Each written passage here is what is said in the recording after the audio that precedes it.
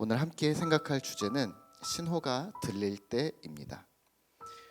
본문 요한복음 18장 마지막 부분은 우리가 너무나도 잘 아는 닭 울기 전에 3번 예수님을 부인한 베드로의 이야기를 담고 있습니다. 오늘 본문을 묵상하며 염두에 두실 부분은 이 사건을 예수님께서 예언하셨고, 그리고 베드로가 예수님을 부인한 사건이 같은 날에 일어난 사건이라는 겁니다. 사건의 발단은 13장입니다. 요한복음 13장에서 예수님과의 최후의 만찬 그리고 세족식을 하고 예수님께서 새 계명을 주십니다. 13장 34절인데요. 제가 읽겠습니다. 새 계명을 너희에게 주노니 서로 사랑하라. 내가 너희를 사랑한 것 같이 너희도 서로 사랑하라. 너희가 서로 사랑하면 이로써 모든 사람이 너희가 내 제자인 줄 알리라. 베드로가 묻습니다. 주님, 어디 가십니까? 주님이 어디를 가시든 내가 주님을 따르겠습니다. 그리고 내가 주님을 위하여 목숨을 버리겠습니다 라고 얘기합니다. 그러자 예수님이 잘했다 라고 칭찬하지 않으시고 여기서 이렇게 얘기하십니다. 예수께서 대답하시되 내가 나를 위하여 내 목숨을 버리겠느냐? 내가 진실로 내게 이르노니 닭 울기 전에 내가 3번 나를 부인하리라. 요한복음을 제외한 마태복음, 마가복음, 누가복음에서는 이렇게 기록합니다. 오늘 밤 닭 울기 전에 내가 3번 나를 부인하리라. 오늘 밤이라는 단어가 들어갑니다.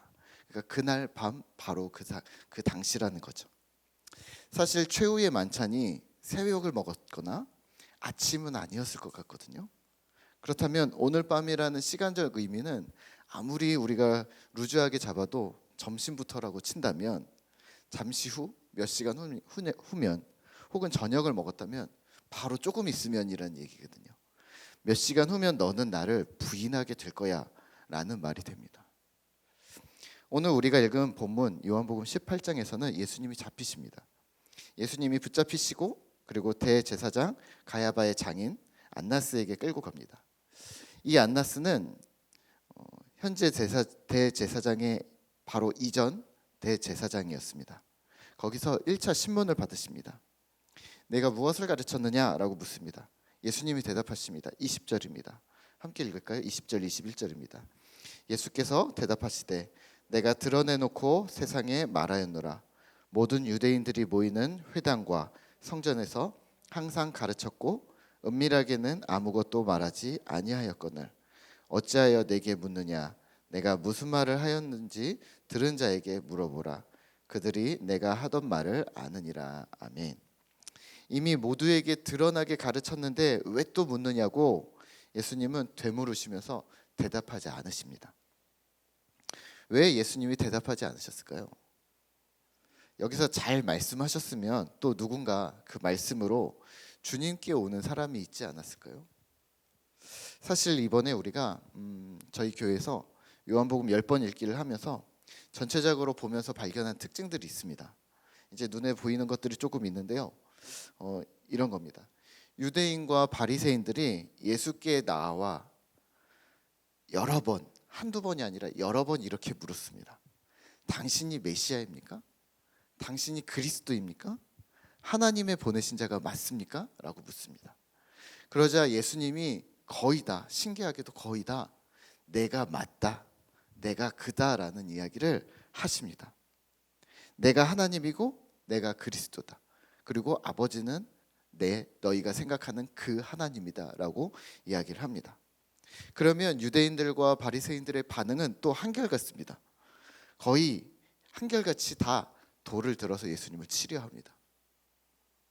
정황상 분명히 상황상 예수님이 메시아인 것 같으니까 가서 물은 것 같은데요. 막상 예수님이 내가 그리스도라고 듣는 그 대답을 들으면 신성모독이라고 하면서 예수님을 적대시하며 죽이려고 합니다. 예수님에 대해 부정적이고 적대적인 사람들로 똘똘 뭉친 바로 이곳에 예수님은 오늘 잡혀오신 겁니다. 그리고 베드로와 요한은 예수님을 그 뒤를 따라왔습니다. 그리고 요한은 어떻게 들어왔었고요. 그리고 베드로는 밖에 있다가 요한의 도움으로 또 들어오게 됩니다. 그런데 이제 집으로 대제사장의 집으로 들어온 이 베드로에게 문제가 생기는 거죠. 17절입니다. 우리 함께 같이 읽을까요? 문 지키는 여종이 베드로에게 말하되 너도 이 사람의 제자 중 하나가 아니냐 하니 그가 말하되 나는 아니라 하고. 다른 사람들이 묻습니다. 너도 예수의 제자가 아니냐? 아닙니다. 너는 갈릴리 사람이다. 그 무리가 맞다라고 얘기하자 베드로가 대답합니다. 저주하며 맹세하되 나는 너희가 말하는 이 사람을, 이 예수를 알지 못한다라고 얘기합니다. 마태복음 26장 75절인데요. 제가 읽겠습니다. 이에 베드로가 예수님의 말씀에 닭 울기 전에 내가 3번 나를 부인하리라 하심이 생각나서 밖에 나가서 심히 통곡하니라. 질문 하나 드릴까요? 베드로는 자신이 예수님을 부인하고 있는 줄 몰랐을까요? 네, 한 번은 실수라고 쳐줄 수 있습니다. 그러면서 당황해서 한 번은 실수라고 쳐줄 수 있습니다. 아니, 두 번째까지도 마음 넓게 써서 실수라고 무리해서 이해해 줄 수 있을 것 같습니다. 그런데요, 3번은요. 말하면서 인지하지 않았을까요? 이렇게 얘기하면 안 되는데 그러면서 아니다. 오늘 요한복음에는 안 나오지만 다른 복음서에서는 저주하며 맹세해야 돼. 나 그 사람 몰라. 그러면서 그 사람이 뭐 이렇게 하고 내가 맹세하겠어. 이렇게까지 얘기를 한 거죠. 말하면서 인지하지 않았을까요?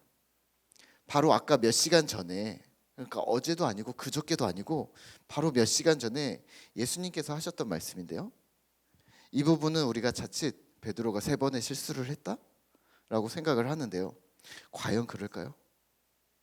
정말 여러분들에게 혹시 주변에 친한 친구들이 있으시죠? 동고동락하는 그런 친구들에게 3년을 먹고 자고 함께 했었던 친구들이 있다면 그런 친구들에게 억울하고 불합리한 상황이 닥쳤는데 내가 중간에 증인이 됐어.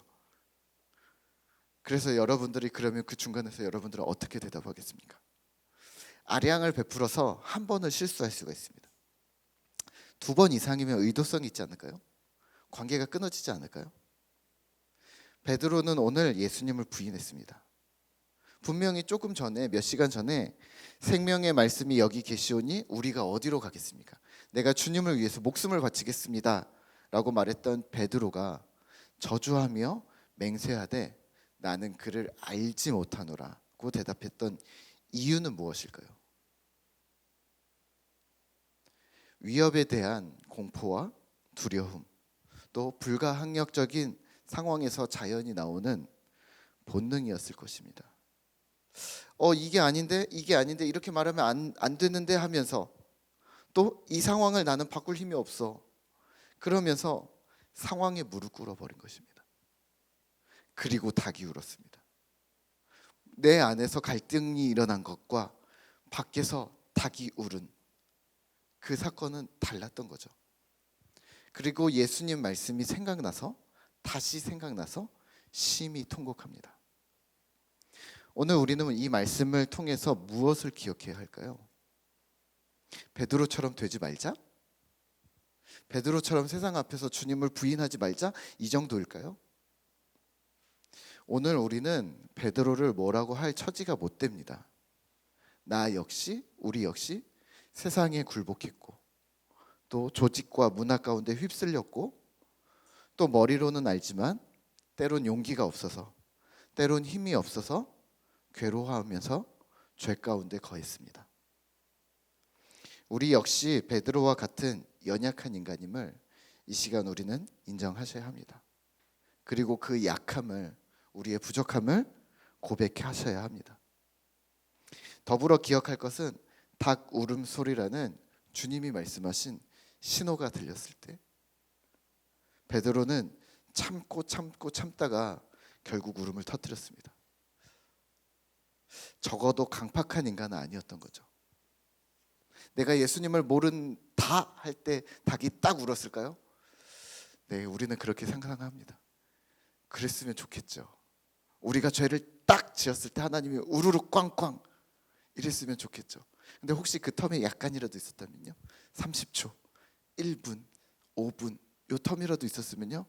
그런데 베드로는 닭 울음소리가 들릴 때, 언제인지 모르지만 들렸을 때 바로 심히 통곡했습니다.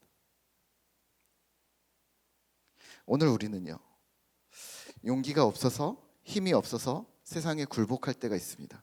우리도 마찬가지입니다. 그 사건들이 우리를 괴롭게 하고 우리의 양심도 마음을 계속해서 두드립니다. 너 그러면 안 됐잖아. 거기에 더불어 주님의 말씀은 우리에게 계속해서 신호를 보냅니다. 신자가 이 땅에서 어떻게 살아야 하는지, 하나님의 백성이 이 땅에서 감당해야 할 사명에 대해서 끊임없이 촉구합니다. 문제는 이 말씀의 촉구, 두드리심에 강팍한 심령은 반응하지 않는다는 겁니다. 반면에 신자는, 또 오늘 베드로는 다행히도 감사하게 이렇게 반응합니다. 시편 32편인데요. 제가 읽겠습니다. 내가 입을 열지 않고 버틸 때 종일 신음하였고 내 뼈가 쇠하였나이다. 주의 손이 주야로 나를 누르시오니 내 심령의 진액이 빠져서 여름 가뭄처럼 바짝 말라버렸습니다. 그렇다면 오늘 우리는 무엇을 해야 할까요? 시편 32편 6절입니다. 제가 읽겠습니다. 이로 말미암아 모든 경건한 자는 주를 만날 기회를 얻어서 주께 기도할지라. 진실로 홍수가 범람할지라도 그에게 미치지 못하리이다. 아멘. 주를 만날 기회를 얻어. 주님 주시는 신호는 주님을 만날 기회입니다.